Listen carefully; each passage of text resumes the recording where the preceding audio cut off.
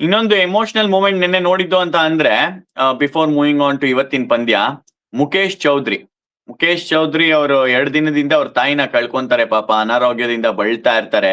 Just cricket field ಬರೋದು, ಈ ಆಟದಲ್ಲಿ ತೊಡಗಿಸ್ಕೊಳ್ಳೋದು ಇಂಥ ಸಮಯದಲ್ಲಿ ಅನ್ನೋದೇ ದೊಡ್ಡ ವಿಚಾರ.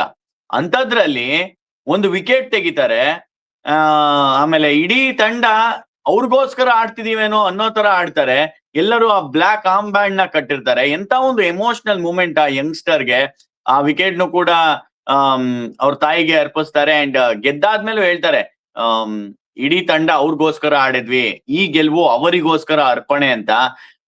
ಇದನ್ನೆಲ್ಲ ನೆನಪಿಸ್ಕೊಂಡಾಗ ಸಚಿನ್ ತೆಂಡೂಲ್ಕರ್ ಕತೆ, 1999 ವರ್ಲ್ಡ್ ಕಪ್ ಅಲ್ಲಿ ಇದ್ದಾಗ ಅವ್ರ ತಂದೆ ಹೋಗಿದ್ ಗೊತ್ತಾದಾಗ ವಾಪಸ್ ಬಂದು ಕ್ರಿಕೆಟ್ ಆಡೋದಕ್ಕೆ ಬರೋದು, ರಂಜಿ ಟ್ರೋಫಿಲಿ ಕರ್ನಾಟಕ ವಿರುದ್ಧ ಆಡ್ತಿರ್ಬೇಕಾದ್ರೆ ವಿರಾಟ್ ಕೊಹ್ಲಿ ಅವ್ರ ತಂದೆನ ಕಳ್ಕೊಂಡಿರೋದು, ಈ ತರದ ಸ್ಟೋರೀಸ್ ಎಲ್ಲ ನೆನಪಾಗುತ್ತೆ. ಸಿರಾಜ್ ಅವ್ರ ಸ್ಟೋರಿ ನೆನಪಾಗುತ್ತೆ.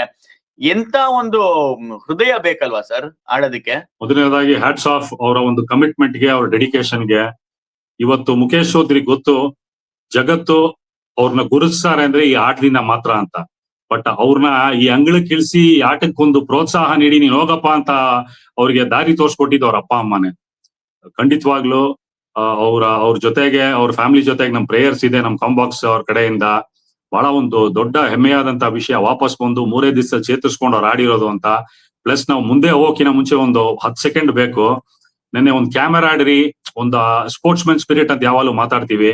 ಸಂಜು ಸ್ಯಾಮ್ಸನ್ 100 ಹೊಡೆದು ಆಚೆ ಬರೋವಾಗ ನೋಡಿದ್ರೆ ಒಂದು ತಬ್ಗೊಂತಾರ ಬಂದು ಸೂರ್ಯಕುಮಾರ್ ಯಾದವ್ ಅವ್ರನ್ನ, ಬುಮ್ರಾ ಬಂದು ಅವ್ರನ್ನ ತಟ್ತಾರೆ, ಹಾರ್ದಿಕ್ ಪಾಂಡ್ಯ ಬಂದು ಅವ್ರು ತಟ್ತಾರೆ. ಈ ಒಂದು ಟೂರ್ನಮೆಂಟ್ ಮುಗೀತಿದ್ದಂಗೆ ಇವ್ರುಗಳೆಲ್ಲ ವಾಪಸ್ ಬಂದು ಅದೇ ಇಂಡಿಯನ್ ಟೀಮ್ ಅಲ್ಲಿ, ಅದೇ ಬ್ಲೀಡ್ ಬ್ಲೂ ಅಲ್ಲಿ ಬಂದು ಸೇರ್ಕೊಂತಾರೆ. ಅಂದ್ರೆ ಒಂದು ಆಪೋನೆಂಟ್ ಆಗಿ ಕಂಡುಕೊಂಡ್ರು ಅವರು ಒಳ್ಳೆ ಒಂದು ಪರ್ಫಾರ್ಮೆನ್ಸ್ ನ ಮೆಚ್ಚೋದಿದೆಯಲ್ಲ, ಅದು ಒಂದು ದೊಡ್ಡ ಒಂದು ಪ್ಲೇಯರ್ ನ ಒಂದು ವ್ಯಕ್ತಿತ್ವ ಅದು. ಸೊ ಅದನ್ನೇ ವ್ಯೂವರ್ಸ್ ನೋಡಿರ್ತೀರಲ್ಲ, ಹೈಲೈಟ್ಸ್ ಯಾವಾಗ ನೋಡೋಕೆ ಅಬ್ಸರ್ವ್ ಮಾಡಿ, ಬಹಳ ಒಂಥರ ಖುಷಿ ಆಯ್ತು ನನಗೆ. ಹ್ಯಾಲುಸಿನೇಷನ್ ಅಂತಾರಲ್ಲ, ಈ ಕೂದಲೆಲ್ಲ ನಿಂತ್ಕೊಂಡ್ಬಿಡ್ತು.